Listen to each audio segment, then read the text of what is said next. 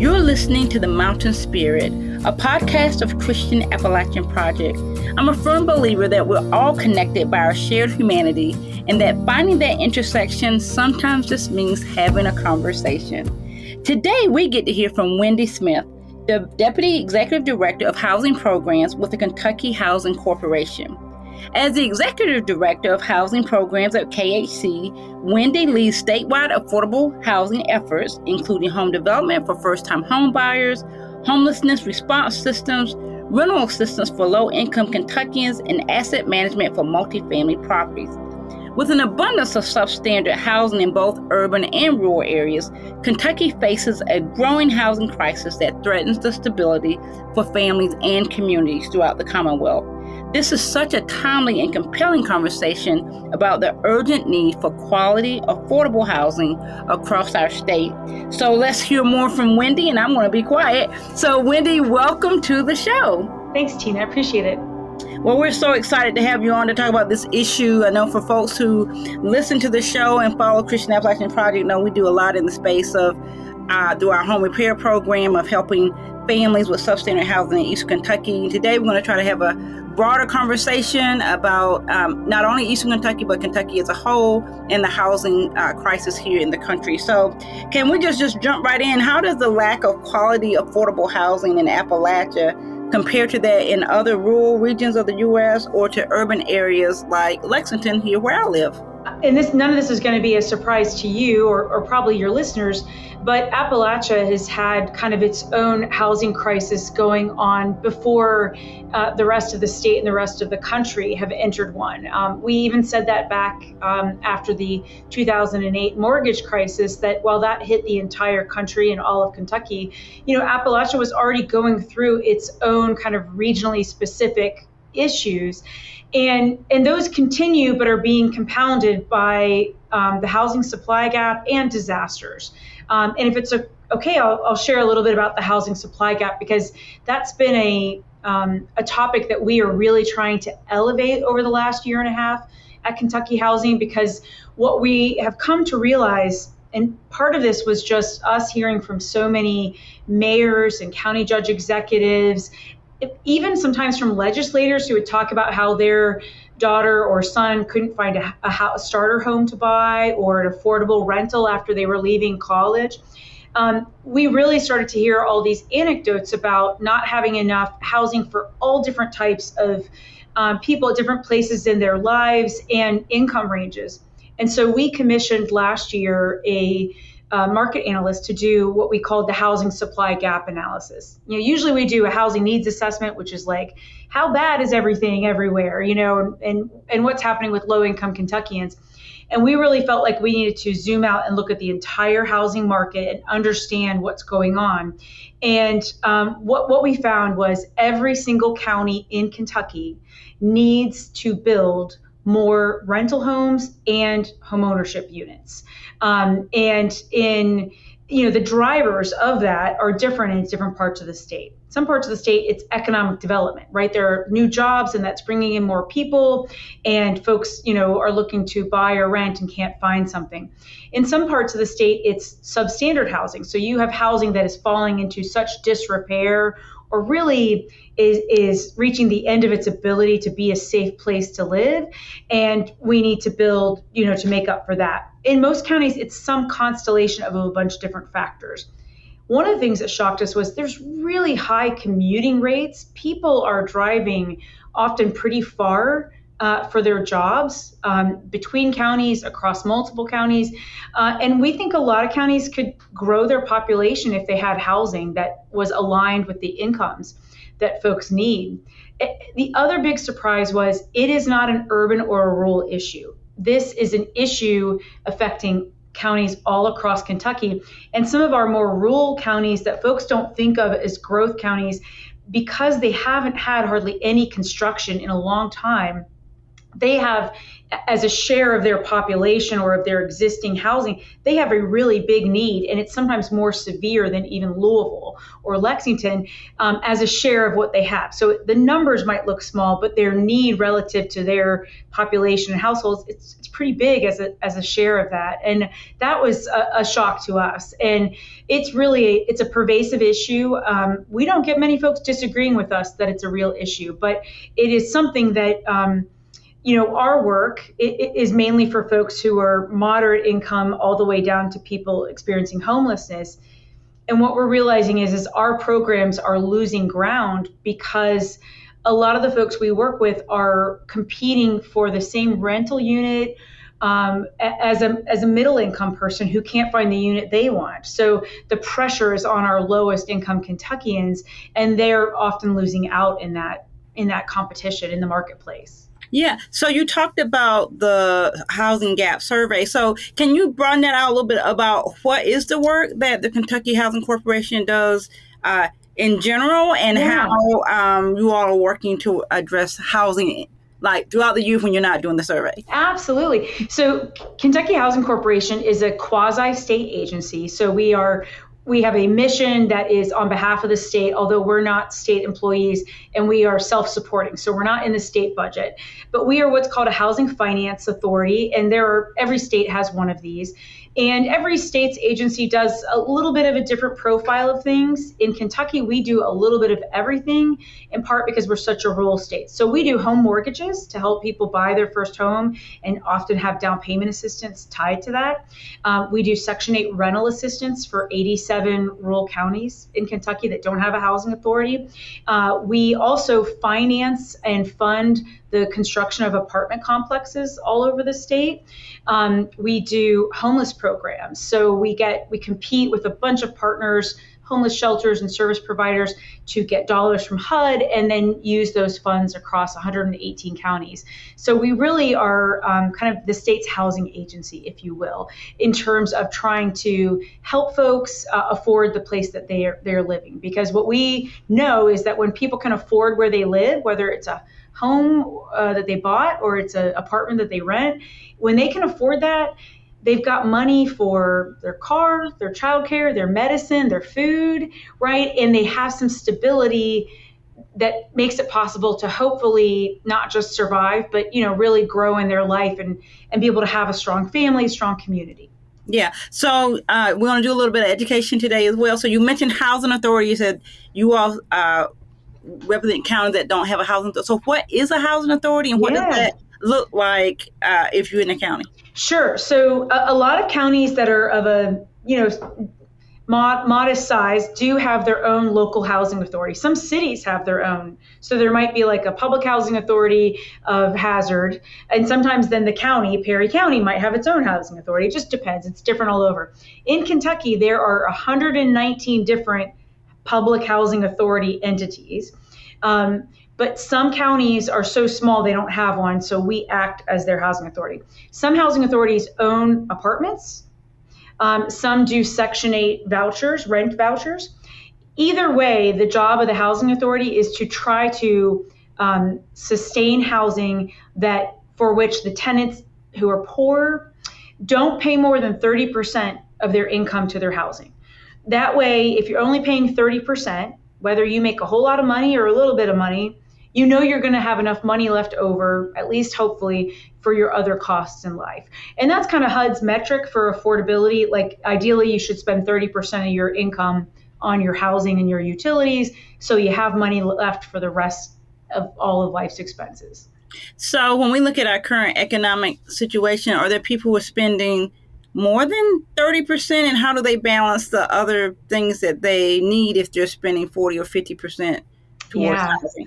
I'll tell you, just a few years ago, the data from HUD showed that almost 25% of Kentucky's renters, so 1/4 of our renters, are spending half of their income or more on their rent and utilities. So 50% of the money they make, that is what's called severely cost burdened. And when you are at that point of spending 50%, you don't have enough, you're really not getting by. You're juggling bills, you're deciding what not to pay, what to pay late, you're borrowing money, you're getting payday loans, and you are so very close to eviction or foreclosure if you're a homeowner, and eventually having to double or triple up with family, which sometimes only lasts so long because that can get, tight spaces, difficult dynamics. It then makes you at risk for being overcrowded or living in your car, or in the worst case scenario, ending up, homeless. And so that metric is really worrisome because it's often a predictor of increases in homelessness. And we are seeing last year, and then we just got our numbers in for this year's count. We do a count every January of how many people are homeless on one given night in January. And those numbers, I don't have the exact numbers yet, but I can tell you they've gone up again. Last year, they went up 10%, homelessness, our count. And this year, it's an increase as well. But I can't tell you the exact number because we're still cleaning all the data. But when you have housing inaffordability, when you don't have enough supply and costs are going up, everybody talks about how rents and the prices of homes are going up.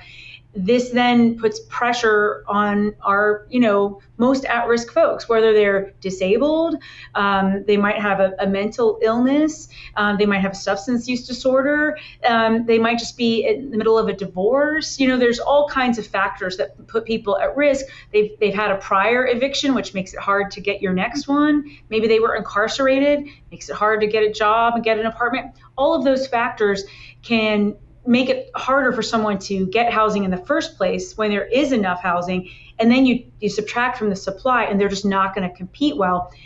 And we're seeing this play out in our homelessness numbers, that not having enough units is driving costs up and pushing our lowest income folks, out of being housed. Yeah, even just listening to you here, I think about going out to some of the homes that CAP has been repairing, and you see that maybe they don't have great insulation or leaky windows and doors. And so they may have a shelter or home, but there's so much of their money there that's just really being sucked out of the house. They're trying to keep the house warm, but because of inefficiencies in the windows and doors and insulation, they're paying so much more. I think when a lady told me she was paying $400 was her, and she just had a 2-bedroom trailer. That was her utility bill, notwithstanding what she was paying to purchase that. And you're just thinking, wow, and she was working at a Dollar General. So you're thinking, I'm a parent, and I was just trying to, in my mind, add up, well, where is she even able to even have additional funds for other just basic things when more than, just trying to pay utilities for a house that's not energy efficient. So even just getting repairs on a place makes a difference for folks when you can't just go move someplace else. Absolutely. And it's really important work that you all do and a number of our partners do. Excuse me, I'm going to start over. It's really important work that CAP does and that a lot of our partners do to repair homes and weatherize homes, because a lot of times those services are for elderly homeowners, really low income homeowners. Sometimes either they've been disabled much of their life or they've become disabled as they aged. And their home, it might have been in their family for a long time. Yeah. It might be their only asset, right? They own it. And what we know is even if it's in disrepair, it often is theirs. They might not have a mortgage on it. And there's a pride of ownership or heritage, and they're not moving. It might be you all probably see this firsthand, right? We have been with folks who might have, one gentleman had become blind. He was a lot older, and he had a hole in his floor. And it was quite dangerous given his, vision loss. And so we crafted a program, probably pretty similar to yours, where we said we'll spend $15,000 to $25,000 on very modest repairs.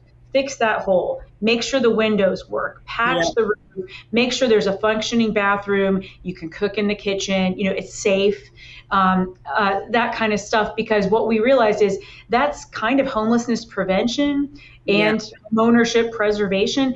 And it's often one of the cheapest ways to keep a home functional and affordable. Yeah. is to weatherize it or repair it, or sometimes you got to repair it first before you can weatherize it, right? We really see that a lot, and we feel like bringing down folks' utility bills, it just that's money for groceries. Stay tuned. We'll be right back. This summer, children face hunger with no school meals to count on. No food, no comfort, just hunger that won't go away. Thousands of children in Appalachia faced long days without a single meal. But your gift to Christian Appalachian Project can make a difference. You can help fill empty plates and restore hope. Give now at christianapp.org.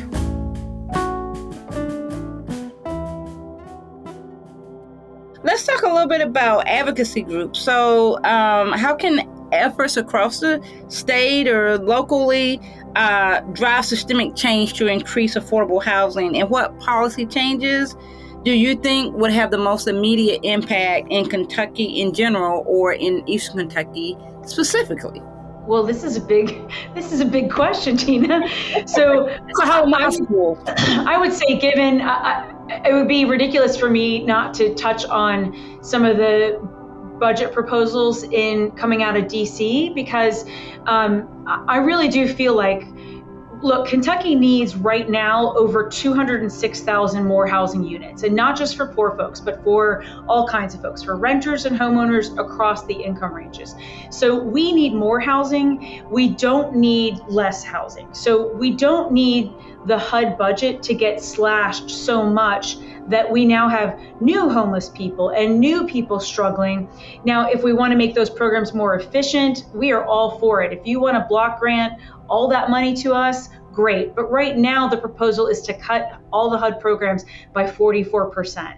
And I just don't know how Kentucky is going to handle that. So I have to say, one thing is just at least keep the funding level so that we don't lose ground on building home ownership, repairing homes, helping homeless people. That would be one. But if I'm getting more like aspirational, like how do we really address this housing supply gap? We really need some tools that address what we lost after the 2008 housing crisis. After the 2008 housing crisis and the Great Recession that followed, all these home builders and their contractors and their construction workers went out of business and lost their jobs, right? We lost all this capacity to build homes across the whole country and in Kentucky. And a lot of times in rural communities, it was your local home builder that they might just build like 10, 20 houses a year. But in a small rural community, that's a very meaningful, and then you multiply it times year after year after year. We have underbuilt as a country and as a state for a long time. And that is why even counties in Kentucky that aren't like high growth counties, they still need more homes because we just have not been building, And we need homes that are affordable for your first time home buyers.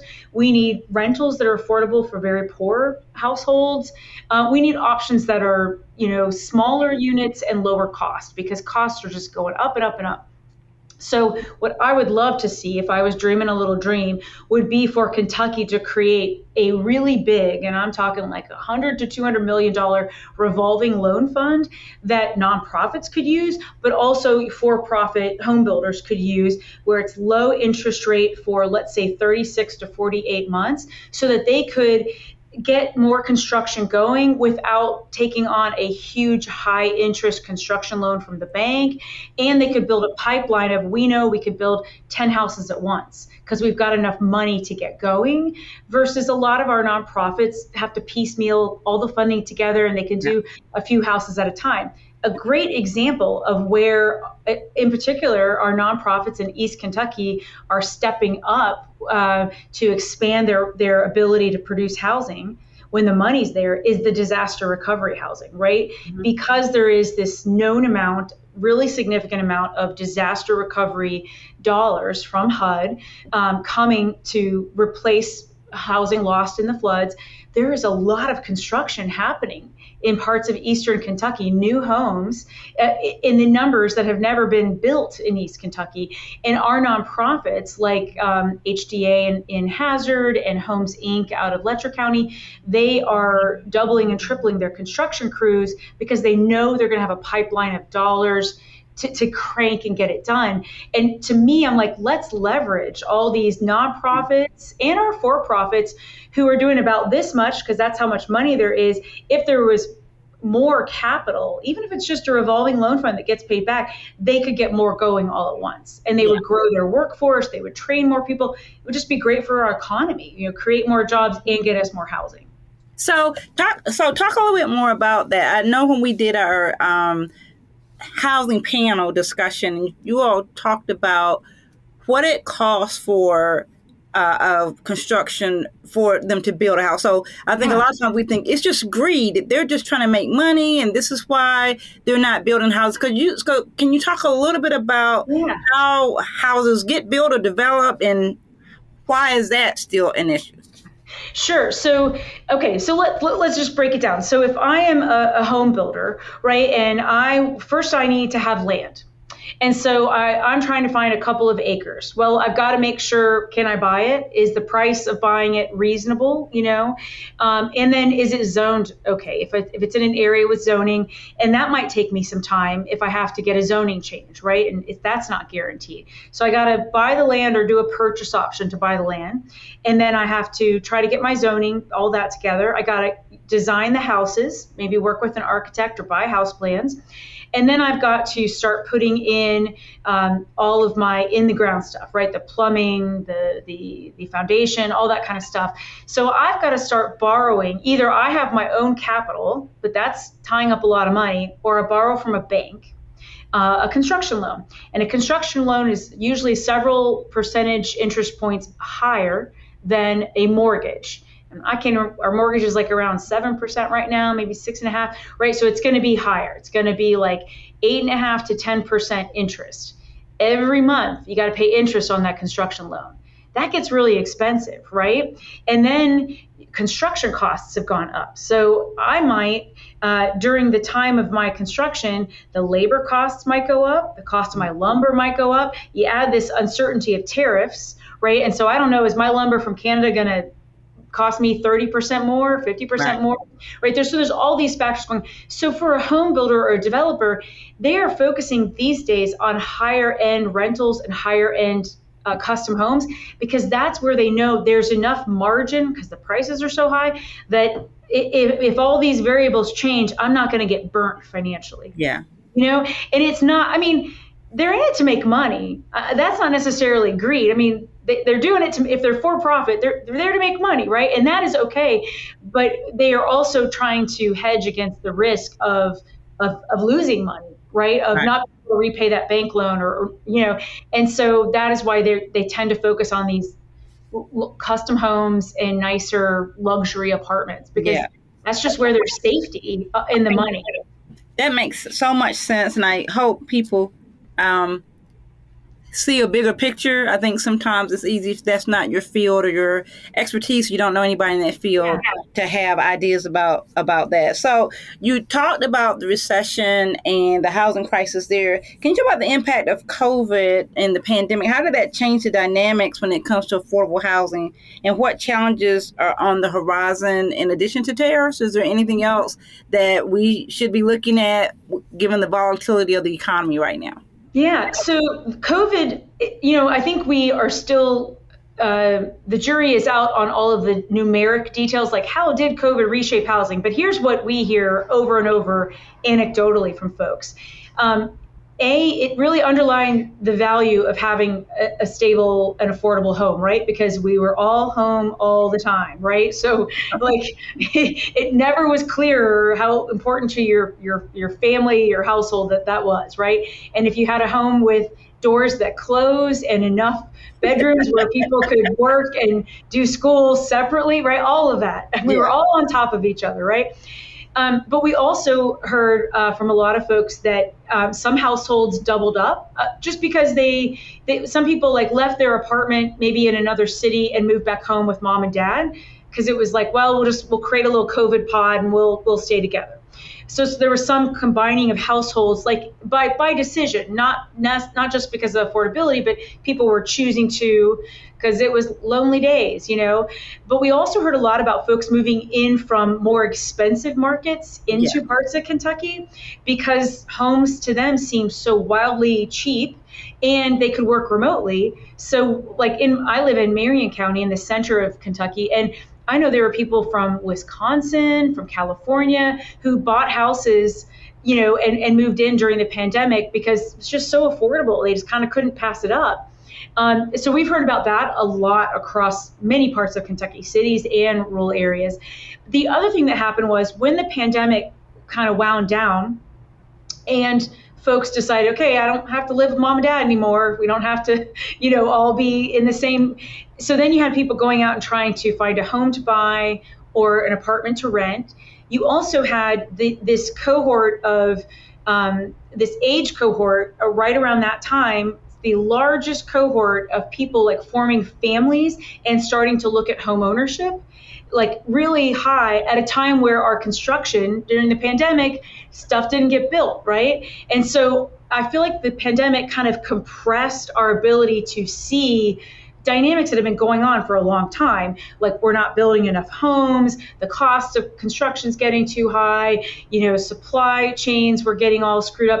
All of that compressed our ability to really see the shortage and the high cost, and costs really did radically jump during and then after the pandemic. I know this is an anecdote, but in Louisville, rents within 2 years went up 40%. Oh my gosh. Yes. I mean, incomes didn't go up 40%, right?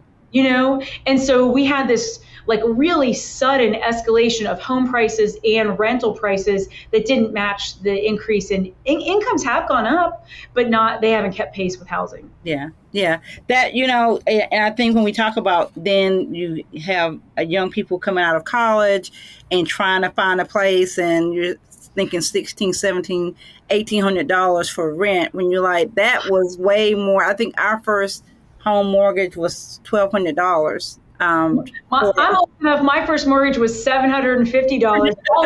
All of it, taxes, insurance, everything. Yeah. So you think of then trying to just pay rent. That's that much. You almost have to have 3 or 4 roommates and all the things, right, that you're still trying to recover from. So right. What gives you this is all very dire. So what gives you hope?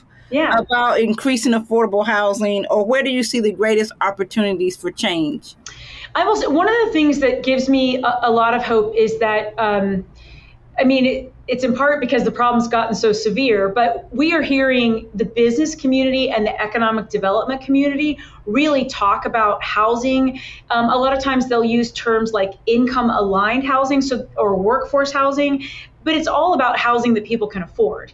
And we're hearing the Chamber of Commerce for Kentucky, around the same time that we released our housing supply gap analysis, just by luck, they also released a housing report because they are hearing from their business members that housing is becoming a limiting factor to being able to recruit the workforce that they want, to keep the workforce that they want, or that their workforce can't afford, that they are having unstable housing situations and they're moving too much, or they're moving further and further away from their employer to afford their housing, and that makes them less attached to their job. And so that gives me hope because you and I have been in this industry for a long time.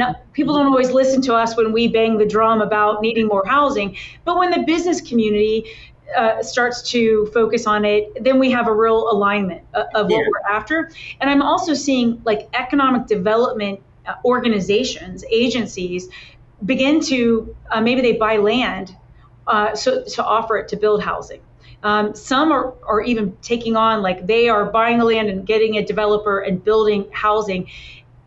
And what I want is just more supply, because it's just economics 101. If we get more housing supply, the cost of housing will moderate, right? But right now, because we're not building enough, it feels like the cost just keeps spiraling upwards. Mm-hmm. We've got to get more supply. And it's okay with me, even if the business community is focused on middle and slightly higher incomes, because that's going to be less pressure on the folks we typically serve. Yeah. Right. And oh my gosh, I just need less pressure on our folks because they can't, if they can find something, they probably really can't afford it. And it's taken up too much of their income.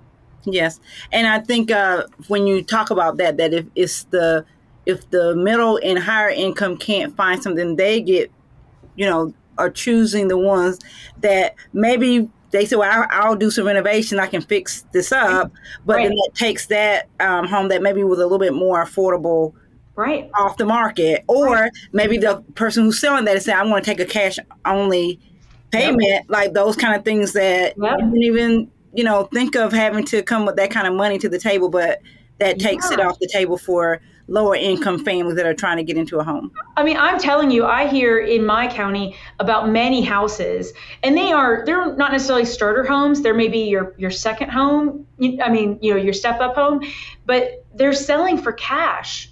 So how does a young family who's going to have a mortgage, and they're going to need the time, like I got to get a home inspection, I got to get my bank, if they need that time, but stuff selling, like how do they even have a chance at getting their foot? And we've got to be thinking about future generations because we want young people to live all across our state. A lot of them would choose rural communities or wherever if they had an affordable option. And we've got to have a way for them to get a foothold and start building their life, all around this state. And I feel like right now there's this big generational split where younger people are feeling kind of shut out of that option. Yeah. Can you that just remind me of another? So can you talk a little bit about, maybe it might be out of your lane a little bit, is how the transportation piece works with that too? Because there's beautiful, beautiful places in East Kentucky that you're just like, I would love to live here. However, there's no public transportation. There's no high-speed rail. There's no way to get to, your grocery store is 30, 45 minutes away. Yeah. Can you talk about how those things impact housing as well? Well, I'm no expert in that, but I think it's definitely a given, especially the lower that your income is, the harder it is for you to afford your transportation and your housing, right? And we do have, even if by the crow, it's not very far in East Kentucky, by the car, it might be real far in East Kentucky, right? Yeah. And so I do think that is an issue. And I imagine that for higher income remote workers, it's pretty easy to go live in the mountains and you can get what you want and you've got 2 vehicles and all that kind of stuff. Right. But we see, particularly for super young households and elderly households, that transportation issue is a real challenge. Like in my county, the Community Action Agency transit is the option for older people with disabilities, and actually anybody in our county can take it to the airport, which is kind of cool. Like, but their funding is under threat with the proposed budget in DC. So I just worry about, there are all these pieces that if they work right, if that magic happens, it really can let poor folks get by and they can work a job and they can, have their kids get educated and keep their health care. And we need these pieces working together so that folks have a shot at, being able to be stable. And just live a happy life, even if they don't have a ton of money. And that's my wish for people, is that just let them at least have some stability despite whatever income they might make. Yeah, that's a great dovetail into my next question, which is, what makes you proud about the work you get to do every day? Well, nothing makes you more proud than when you go to a ribbon cutting, a home ownership closing, an event where you are seeing the housing solution for one or a bunch of families. I'll give an example. A couple of weeks ago, I got to go to a grand opening for 80 units of permanent supportive housing for people who've been homeless in Louisville. It's called Sheehan's Landing, and they're going to get services on site. There'll be a nurse on site, counseling, social services, food, and it will be a way for people who have been sometimes chronically homeless to have dignity, to have a nice, modest apartment, to get services, and to rebuild that stability in a way that they can pay 30% of their Social Security check or their low-wage job, but be able to know I come home to a safe place where I am respected and I know I can afford it, and I'll be able to have stability, you know? Yeah. And for some of them, that might mean being able to, like I said, stay employed, reconnect with family, regain their mental health, their physical health. And that's just like, we've got to, this is about humans, right? This is about people and letting them have a life that has dignity and that has stability. Yeah, that's a word that we use a lot at CAP, is leaving people with dignity and building people up. And at the end of the day, we all just want the same things in life. You want to have a good life. If you have a family and children, you want them to have the same or better than what you had growing up. And it doesn't matter where you live, whether it's rural or urban, or the South or the West Coast or wherever.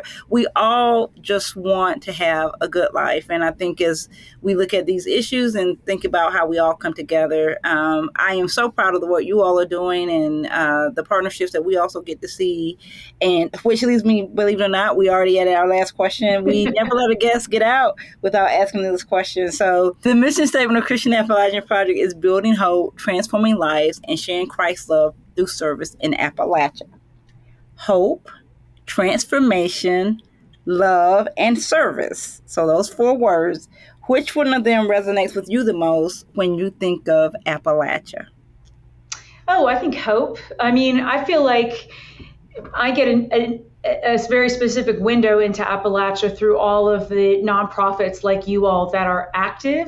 And we have just seen, Christian Appalachian Project and a lot of other organizations across East Kentucky have been there for decades, building relationships, building their organizational capacity and credibility. And I have seen all of those organizations step up after the flooding of 22 in particular to play roles they aren't used to playing, right? Like on long-term recovery groups for disaster recovery, disaster planning, response, and some really ambitious kind of service and housing development. And I just think there's a lot of hope there. And it is I feel about Appalachia the way I feel about New Orleans after the Katrina hurricane. They are specific cultural places that are really valuable to this country. And so they're worth saving, if you will. I don't mean that in like a heroic way, but just they're worth preserving and caring about and investing in. Awesome. Wendy, it's been such a pleasure having you on the show today. Thank you so much for your time. Thanks, Tina. I appreciate it. Yeah. Our guest today has been Wendy Smith, Deputy Executive Director of Housing Programs with the Kentucky Housing Corporation. We hope you've enjoyed this season of the Mountain Spirit podcast.